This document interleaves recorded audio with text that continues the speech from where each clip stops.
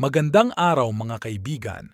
Sa video na ito, tatalakayin natin kung paano binuo ang isa sa mga pinaka-iconic na monumento sa buong mundo, ang Statue of Liberty.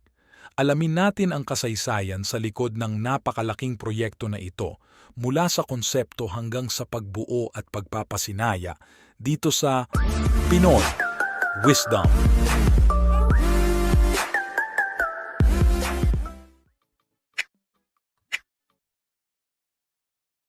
Ang ideya para sa Statue of Liberty ay nagmula kay Edouard de Laboulaye, isang French political intellectual at anti-slavery activist noong 1865.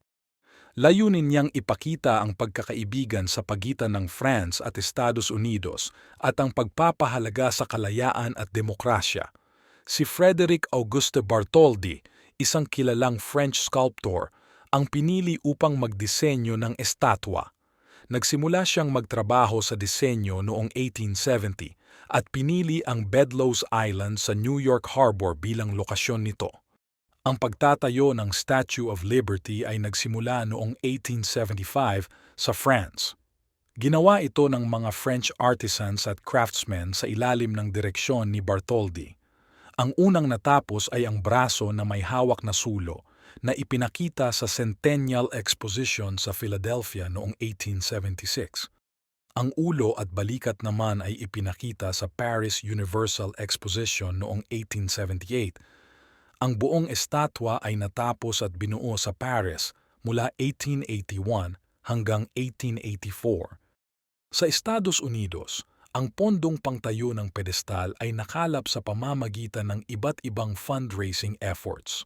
Nagkaroon ng mga theatrical events, art exhibitions, at mga prize fight. Isang malaking tulong ang ginawa ni Joseph Pulitzer, publisher ng New York World, na naglunsad ng kampanya sa kanyang pahayagan upang makalikom ng pondo. Mahigit 120,000 tao ang nag-donate, karamihan ay nagbigay ng mas mababa sa $1 upang matugunan ang kakulangan sa pondo. Noong Hunyo 17, 1885, dumating sa New York Harbor ang Statue of Liberty sakay ng French Navy ship na Isère. Ang estatwa ay binuo mula sa 350 pirasong naka-crate. Pagkatapos makumpleto ang pedestal noong Abril 1886, mabilis na naitayo ang estatwa sa tulong ng mga imigranteng manggagawa gamit ang steam-driven cranes at derricks. Si Gustave Eiffel, ang inhinyerong kilala rin sa Eiffel Tower, ang nagdisenyo ng bakal na balangkas ng estatwa na nagbigay daan sa paggalaw ng copper skin nito habang nananatiling matatag.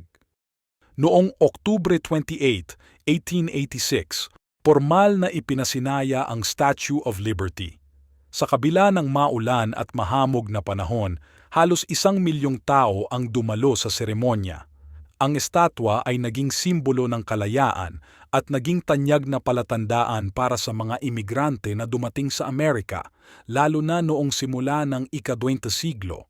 Ang tula ni Emma Lazarus na The New Colossus ay nagdagdag pa sa simbolismo ng estatwa bilang tagapagtaguyod ng pag-asa at kalayaan. At dito nagtatapos ang ating paglalakbay sa kasaysayan ng Statue of Liberty.